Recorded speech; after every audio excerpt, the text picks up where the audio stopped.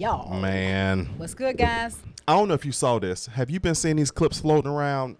Have you heard of this about The Rock and Oprah opening a, what do they call? The People's Fund for La Jolla. They opened a fund together, right? And they're telling everybody to donate to the fund. Okay. And people are going in, and they're like, wait, but y'all could fund this yourselves. Why are you asking? Y'all, it's $3 billion when y'all put together. So maybe they don't want to use their money. Maybe they want giving them all this heat. Y'all talking all this smack. Contribute then. We got our millions over here. I ain't in. And she said at one point, she's already said that at some point she's going to contribute a large amount. So maybe, I don't know, guys, maybe I don't know. She wants people to have an opportunity I don't want to contribute. I don't want to count no pockets, but of course they can afford it by themselves. But people talking out the side of their necks, we got a lot to say, but are we putting into? So I get it. I don't want to count no pockets. But This is what you do. This is what you do. Hold on, y'all. I'm gonna play this in just a second. I still personally feel like Oprah it was something related with her or her camp with this thing. So it all is weird to me, all this situation. The People's Fund of Maui. After seeing Oprah and The Rock's video, people have been lighting up social media with their opinions. Oprah is guaranteeing, it's on her word.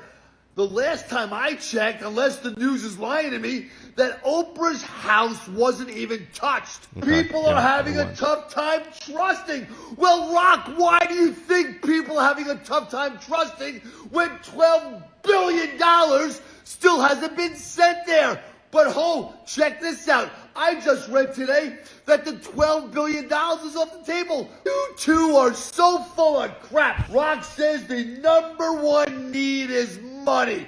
And we need money in hand right now. So my question is, why wait? Just go ahead and make y'all be the first two that could donate while you're building this fund or trying to get other people to donate.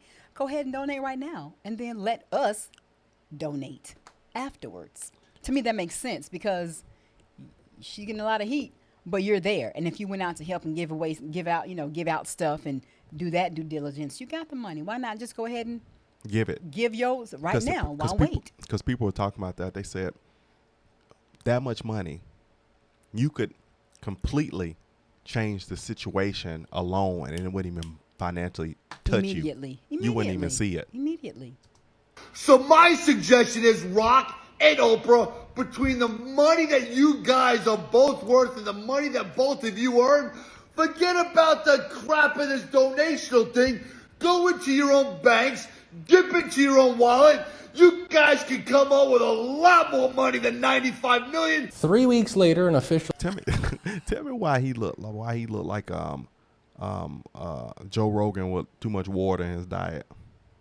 Still have not provided a death toll and still no update on all of the missing children and those 15 missing school buses. Sadly, the Maui massacre is already third-page news. A very disturbing article came out from Daily Mail with the headline, Maui fire victims have napalm-like injuries similar to those seen in World War II or Vietnam, as cadaver dogs are brought in to search for 1,000 missing after worst national disaster to hit Hawaii in 60 years. We're going to read through this together, but for those who don't know, we're going to find out what exactly is napalm. According to the Oxford dictionaries, napalm is a highly flammable substance which consists of an amalgamation of a gelling substance with inflammable petrochemicals, such as petrol or diesel, and is formulated to adhere to surfaces. During World War II and the Vietnam War, napalm was used in flamethrowers, bombs, and tanks. It is formulated to burn at a specific rate, usually ranging between 1470 to 2190 degrees Fahrenheit. Okay, so back to the article, which says the victims and survivors of Maui's wildfires have been left with napalm-like injuries, the likes of which haven't been seen since the Vietnam War, according to rescue teams now tasked with combing through the incinerated rubble of Lahaina. Michael Havoc Thomas, a military veteran who owns and operates HAVOC, a private private rescue and training company in Hawaii, gave a harrowing description of the reality of the devastation. The news will not be able to show you the real survivors or the real victims. It's very World War II flamethrowers and Vietnam napalm-like. That is not an exaggeration. Hawaii boasts what the state describes as the largest integrated outdoor all-hazard public safety warning system in the world, with about 400 sirens positioned across the island chain to alert people to various natural disasters and other threats. But many survivors said they didn't hear any sirens or receive a warning that gave them enough time to prepare and only realize they were in danger when they saw flames or heard explosions nearby. To that end, when I was on the island last week, I appointed Bob Fenton,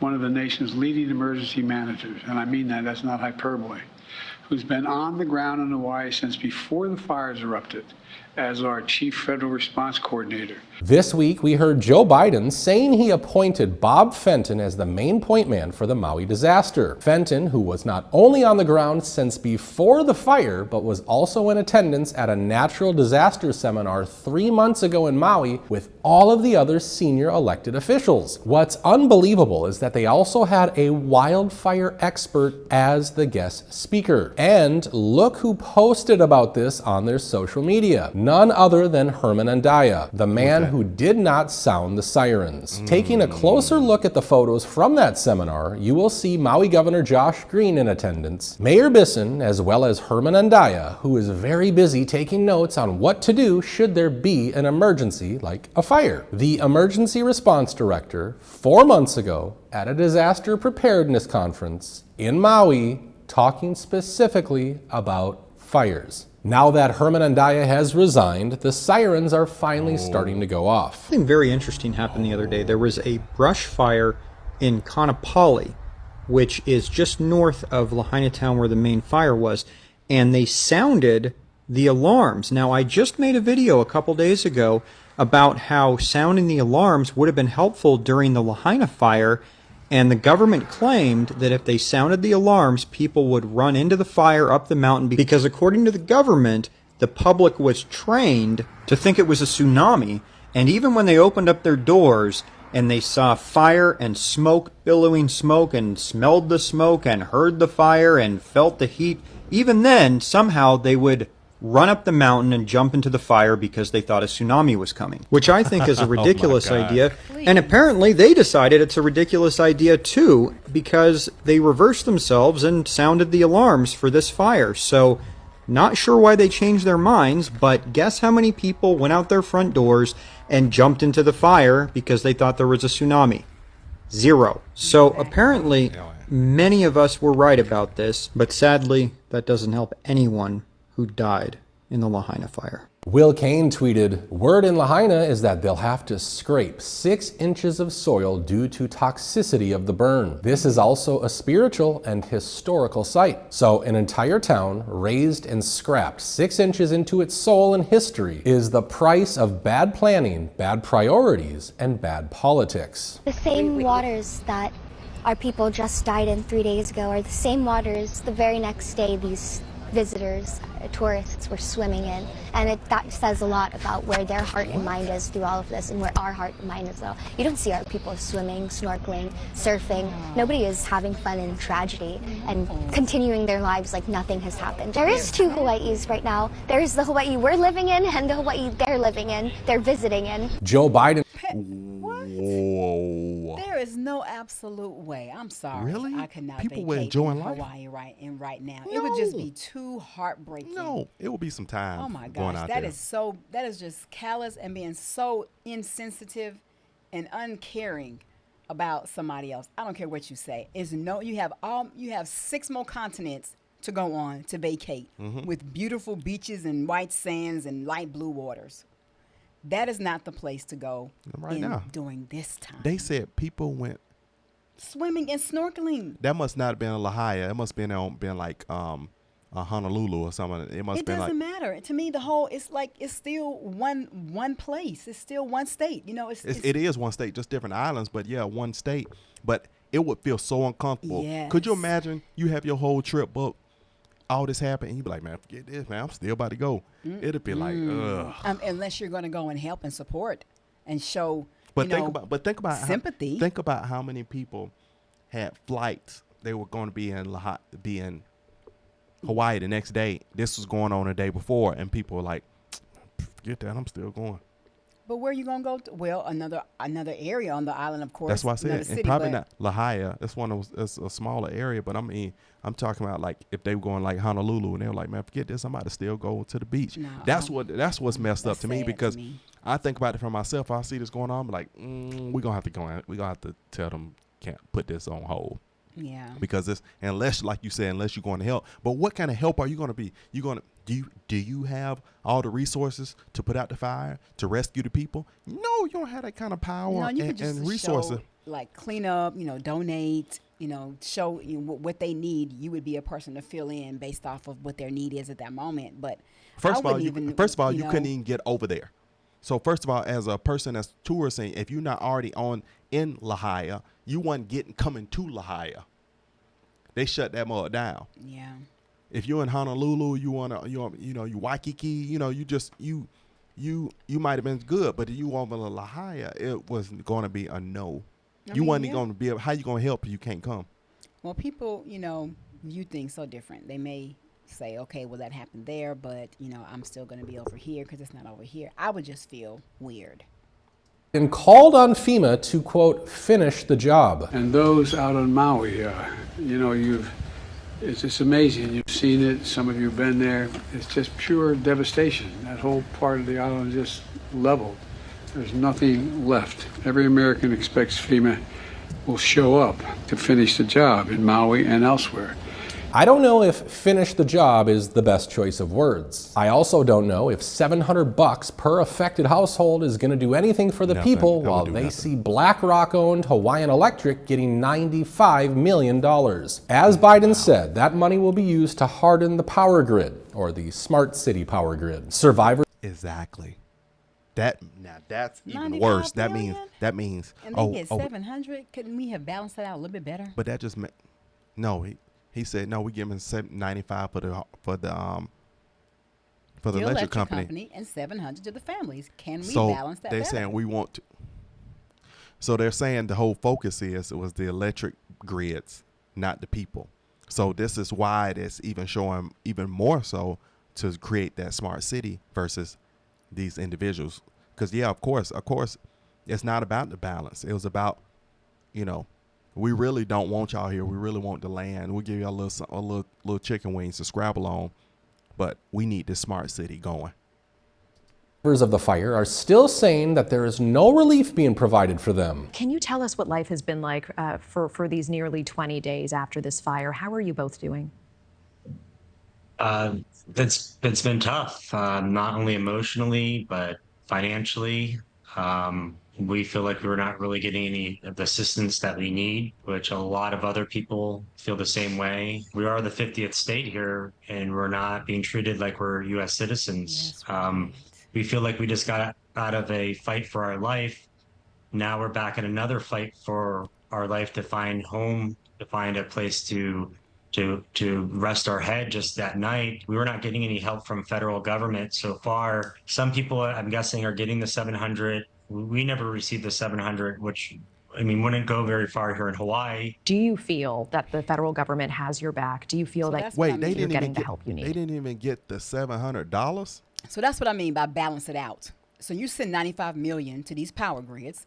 Balancing it out would be reduce the $95 million that you send to them and have your other millions going to the families, not 700. They need, $25 to $3,000 to $5,000 a piece. I don't know what that looks like on a budget wise, but at least something in the thousands that they could give them something to help start with the rebuilding process. But 700 is nowhere close. But you have to understand what I'm saying. I understand what you're saying. They care about the agenda, not the people. Right, I understand that, but that's what I'm saying. The agenda? I know what their agenda is, but that's what I said. We should have balanced it out more.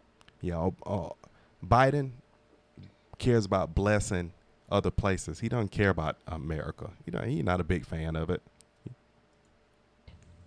No, Absolutely not. And if you probably ask most locals, I can't speak for everybody, but we feel like we're not getting any help out here, at least from the federal government. Members of the House Freedom Caucus have threatened to shut down the government if their demands are not met. Amongst the demands included from the House Freedom Caucus are opposing to a blank check for Ukraine. The White House has asked Congress to provide more than $13 billion for Ukraine in emergency defense aid and an additional $8 billion for humanitarian support. Marjorie Taylor Greene said, FEMA is underfunded by $4 billion.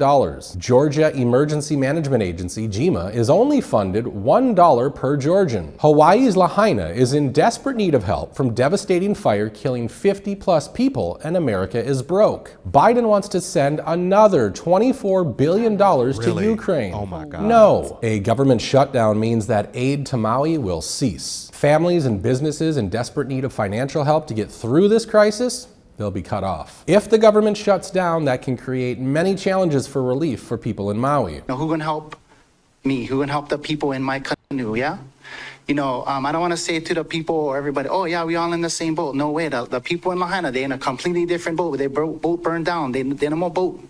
But there's another group of us that is in a different boat and we sinking. And we need help. Locals say this reminds them of what it looks like during the pandemic. And Congresswoman Jill Takura told federal lawmakers earlier this week that the crisis that we are facing now right here in the Valley Isle needs a pandemic response from Washington, D.C. We're going to end today's video right there. If you feel I earned it, please give this video a like and subscribe to the channel. Would love to hear your thoughts about all this, so please share it with us in the comment section below. As per usual, I truly appreciate you taking time out of your day to watch this video, and I hope to catch you on the next one. Have a great day and take care. Y'all go follow Hustle Itch. I'm not gonna say the word. Y'all follow him. He has some good research he's been putting together with the videos and stuff. Man, that's just crazy. We got to donate. We need to find a reputable organization to make a contribution.